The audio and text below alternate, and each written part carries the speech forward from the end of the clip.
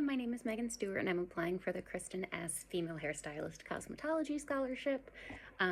What really motivated me to pursue a career in cosmetology was wanting to work independently, work with my hands, but be able to work with people still. I spent about 10 years in the nonprofit sector, thinking that if I wanted to work in community engagement and that sort of work, I needed to do it directly like that. But growing and learning, I'm 32 now, I realize that you can affect whatever change you want through whatever job you have. So I started looking at things that were more in my own personal interests, and so cosmetology is always something I've been interested in. I never really considered it as something professional. I always thought it was just something I was doing, in my friend's bathroom.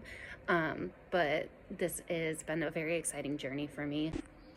I definitely believe that my gender has an influence over everything I do, but definitely my perspectives and contributions to the cosmetology field. I originally got interested in cosmetology because I had a pixie cut that needed a lot of upkeep, and I didn't want to have to pay to go to the salon every couple weeks because women's haircuts were always more expensive than men's haircuts. And so it's always been on my mind, this idea of gender in cosmetology and what does it mean to do a women's haircut and men's haircut versus long haircuts and short haircuts.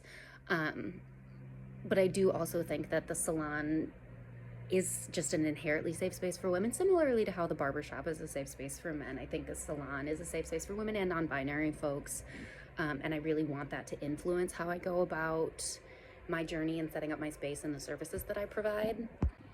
I think the importance of education in my journey to becoming a professional hairstylist is incredibly profound. I feel like I already have a really good understanding, both through lived experience and learned experience of, gender studies, sexuality studies, all that sort of stuff, societal perspectives. And so now I'm getting that learned experience through the cosmetology industry to mix with that lived experience I've had of doing my hair, doing my friend's hair, and I get to kind of mix that all together and really understand what it means for me and the services that I want to provide. I think it will overall help me to be like a really well-rounded cosmetologist.